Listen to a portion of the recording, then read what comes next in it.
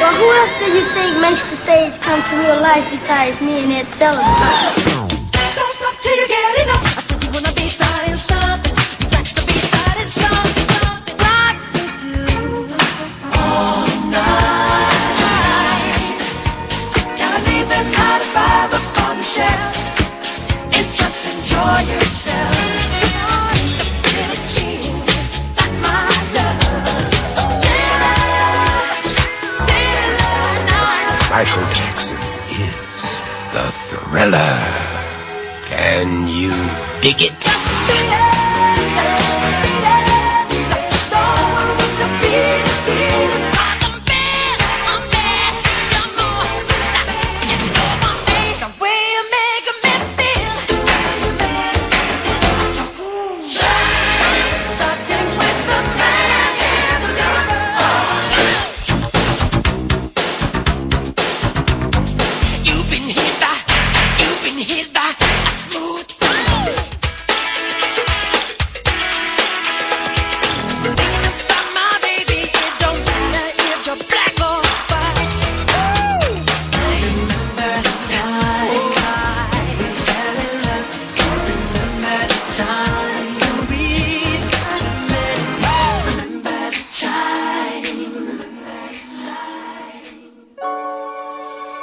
Michael Jackson, the king of pop, has Michael died. Jackson is dead. Michael Jackson is dead at the age of 50.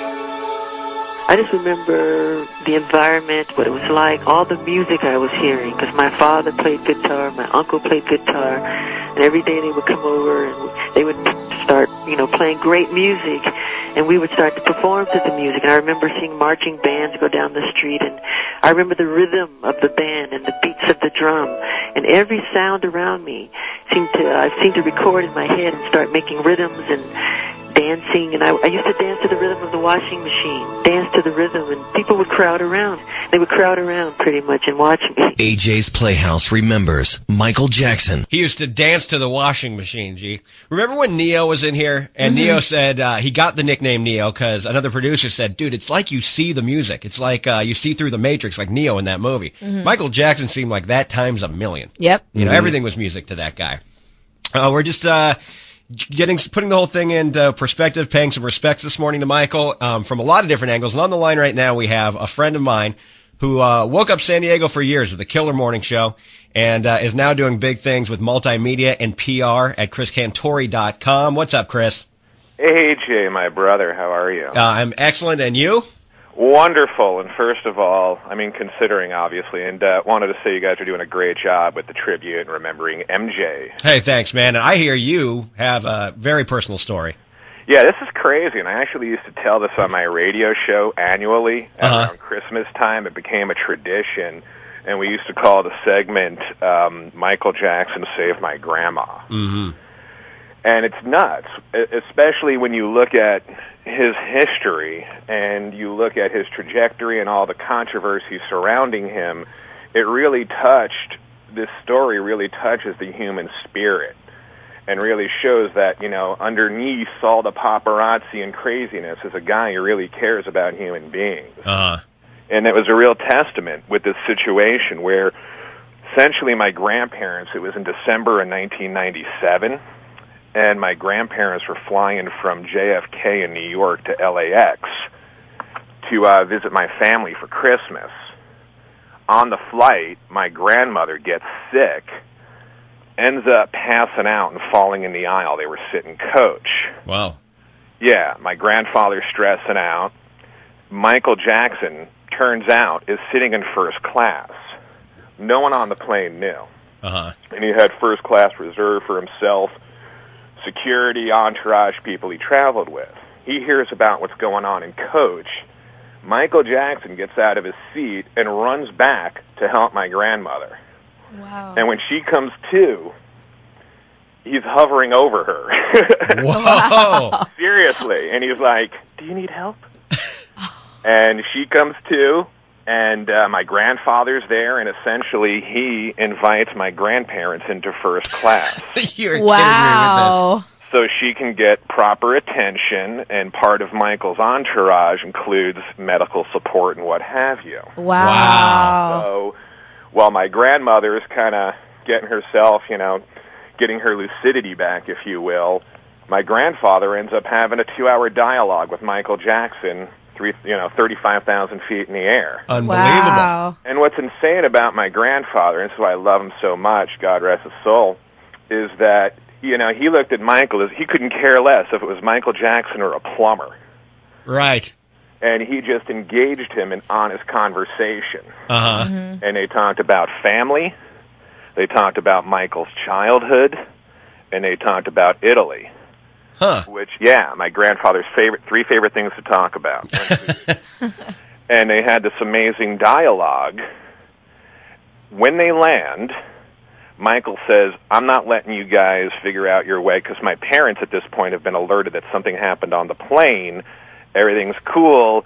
Rather than having my grandparents kind of go off on their own, they basically said, hey, you know what? We're going to take you to your destination. You're kidding me. Now, so they get my grandmother a wheelchair, and Michael Jackson is pushing my grandmother through the LAX airport and all these back-end crazy little caverns, and they're not dealing with the public. But word gets out that Michael Jackson's at LAX right when he's pushing my grandmother through and trying to be secretive, not to get any attention. Granted, you see, when you wonder if they're trying to get publicity for doing stuff like this, he's doing his best to divert the paparazzi to help my grandparents. Whoa. So they end up doing 3 different limo changes just to divert the paparazzi with my grandmother in a Your wheelchair. grandma and grandpa. Wow. That is great. They get in the limo, they hit the 405 on their way to the valley to see my parents. Again, it's Christmas time. And Michael pops in his favorite movie at the time, Men in Black. So you have Michael Jackson and my grandparents watching Men in Black in his limo. Unreal. On his way to my folks' house. Mm. They show up to my parents, and my mom opens the door. There's my grandfather, my grandmother, and hand to God, dude, Michael Jackson carrying their bags. That Wow. is... Wow. So they come in the house, and Michael was totally enamored by my parents' Christmas tree and the family spirit that he felt in the house. And he couldn't stop talking about how he felt so much love and warmth in the house. And he was enamored by the Christmas tree. Uh-huh. And just the spirit that was in the house. And he was kind of sticking around and kind of looking around and not sure what to do. And my mom's theory is he was kind of, just based on his, obviously, career, he was waiting around like, hey, do you guys want a picture or something? Yeah. For sentiment or whatnot. But my mom was just so blown away by what happened, they never even took a picture to document the event. Whoa. But I got a big but here, though.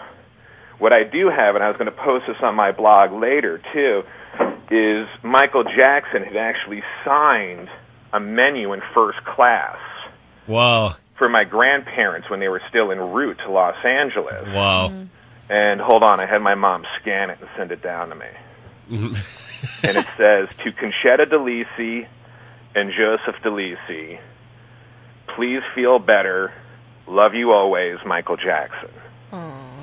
Hey, man, that's a great story, Chris. You know that on a day like today, you wake up just hoping the stars will shine your way and you'll get the right callers through and the right guests on. I couldn't have paid for a better story on the day after Michael's passing. Thank you, my friend. Right on, brother. Peace. Thank you, dude. Wow, That's crazy. Wow. ChrisCantore.com. Keep up with Chris. He's a great guy and such a creative dude. He's doing cool things.